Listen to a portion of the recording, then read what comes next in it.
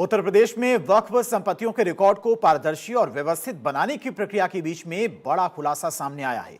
दस्तावेजों में गड़बड़ी, अधूरी जानकारी और तकनीकी खामियां मिलने के बाद राज्य सरकार ने बड़े पैमाने पर कार्रवाई करते हुए उम्मीद पोर्टल पर दर्ज हजारों वक्फ संपत्तियों का पंजीकरण निरस्त कर दिया है। इस कार्रवाई को वक्फ संपत्तियों के सत्यापन अभियान की बड़ी पहल माना जा रहा है। उत्तर प्रदेश में वक्फ संपत्तियों को लेकर उम्मीद पोर्टल पर रजिस्ट्रेशन कराने की जो जिम्मेदारी थी सरकार ने तय की थी और एक नियत समय तय किया गया था कि उम्मीद पोर्टल पर वक्फ संपत्तियों के संबंधित जो जरूरी दस्तावेज हैं और जो जरूरी जानकारी है उसको लेकर रजिस्ट्रेशन कराया जाए। जब ये तिथि जो सरकार की तरफ से नियत की गई थी, उस तिथि पर जब उम्मीद पोर्टल पर वक्फ संपत्तियों का जो ब्यौरा उपलब्ध कराया गया था, उन ब्यौरों में त्रुटियों के कारण 31,000 से ज्यादा जो वक्फ संपत्तियां हैं उनका पंजीकरण निरस्त कर दिया गया है। इसी बीच सिया वक्फ बोर्ड के अध्यक्ष अली जैदी ने प्रेस नोट जारी करते हुए कहा कि जिन मुतवल्लियों मौलानाओं की संपत्तियां वक्फ में दर्ज नहीं हुई हैं तो ऐसे में उनको परेशान होने की आवश्यकता नहीं है। अगर वो चाहें तो जरूरी दस्तावेज उपलब्ध कराकर जरूरी जो दिशा निर्देश उम्मीद पोर्टल की तरफ से दिए गए हैं उनका पालन करते हुए दोबारा से उम्मीद पोर्टल पर जाकर रजिस्ट्रेशन करा सकते हैं। उसके अलावा जो ऑफिशियली विभागों की मेल आईडी है या फिर मुतल्लियों और मौलानाओं की जो मेल आईडी है उसका इस्तेमाल करके अपनी जो जानकारी है दोबारा से रजिस्ट्रेशन पोर्टल पर जाकर दर्ज करा सकते हैं। अब यूपी में वक्फ प्रॉपर्टी और सीएम योगी की तगड़ी कार्रवाई की बात करें तो उत्तर प्रदेश में उम्मीद पोर्टल पर वक्फ की 31,000 से ज्यादा संपत्तियों का रजिस्ट्रेशन रद्द कर दिया गया है। इन संपत्तियों के दस्तावेजों में मिली खामियां और तकनीकी गलती के बाद कार्रवाई की गई। जांच में कई संपत्तियों के खसरा नंबर और बोर्ड के रिकॉर्ड से मेल नहीं खाए। कई मामलों में राजस्व अभिलेखों में दर्ज रकबे में बदलाव पाया गया। कुछ कब्रिस्तानों, दरगाहों का खसरा दो वक्फ में दर्ज मिला।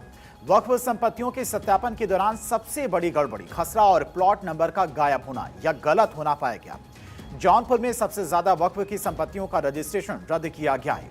अब खामियों पर एक्शन, रद्द हुए 31,000 रजिस्ट्रेशन। जौनपुर में सबसे ज्यादा संपत्तियों का रजिस्ट्रेशन रद्द हुआ है।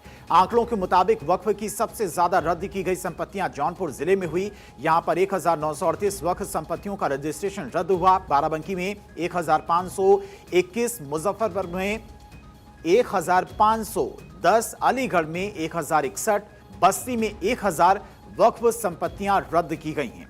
वहीं उन्नाव, सीतापुर, हरदोई, आजमगढ़ और लखनऊ में भी बड़े स्तर पर वक्फ संपत्तियों का पंजीयन रद्द किया गया है। इन संपत्तियों के रद्द होने से कई कब्रिस्तानों और दरगाहों पर संकट मंडराने लगा है। राज्य के अल्पसंख्यक कल्याण विभाग ने साफ किया कि इस कार्रवाई का उद्देश्य किसी वैध संपत्ति को नुकसान पहुंचाना नहीं, बल्कि वक्फ के नाम पर चल रही विसंगतियों को खत्म करना है। जिन वक्फ संस्थानों या फिर मुतवल्लियों के रजिस्ट्रेशन तकनीकी कारणों से रद्द हुए हैं उन्हें सही और पूरे कानूनी दस्तावेजों के साथ 5 जून 2026 तक दोबारा आवेदन करने का वक्त दिया गया है। अगर इसके बाद भी कोई विवाद रहता है तो मामला वक्फ ट्रिब्यूनल में भेजा जाएगा। अब तक सुन्नी वक्फ बोर्ड की 31,308 संपत्तियों का रजिस्ट्रेशन गलत जानकारी मिलने पर रद्द किया जा चुका है। वहीं अगर बात की जाए शिया वक्फ बोर्ड की तो 7,745 संपत्तियों का रिकॉर्ड पोर्टल पर अपलोड करने का काम शुरू हुआ था, जिनमें से 7,594 संपत्तियों की जानकारी अपलोड की जा चुकी है। इनमें 2,496 संपत्तियों का रजिस्ट्रेशन भी रद्द कर दिया गया है। केंद्र सरकार के निर्देश पर पिछले साल सभी वक्फ संपत्तियों का रजिस्ट्रेशन उम्मीद पोर्टल पर शुरू किया गया था। उत्तर प्रदेश में उम्मीद पोर्टल में 1,18,302 वक्फ संपत्तियां दर्ज हैं। इनमें से 31,328 का पंजीकरण रद्द हुआ है। इनमें से 31,192 संपत्तियों के वक्फ दावों को भी निरस्त कर दिया गया है।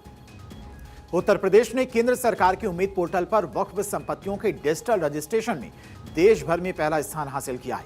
राज्य सरकार ने दिसंबर 2025 तक 92,832 वक्फ संपत्तियों का पंजीकरण और रिकॉर्ड अपडेट करने की प्रक्रिया पूरी कर ली थी। बता दें कि वक्फ संपत्तियों के बेहतर प्रबंधन और पारदर्शिता सुनिश्चित करने के लिए सरकार ने unified Waqf management empowerment efficiency and development portal launch किया था। इसे संक्षेप में उम्मीद पोर्टल कहा जाता है।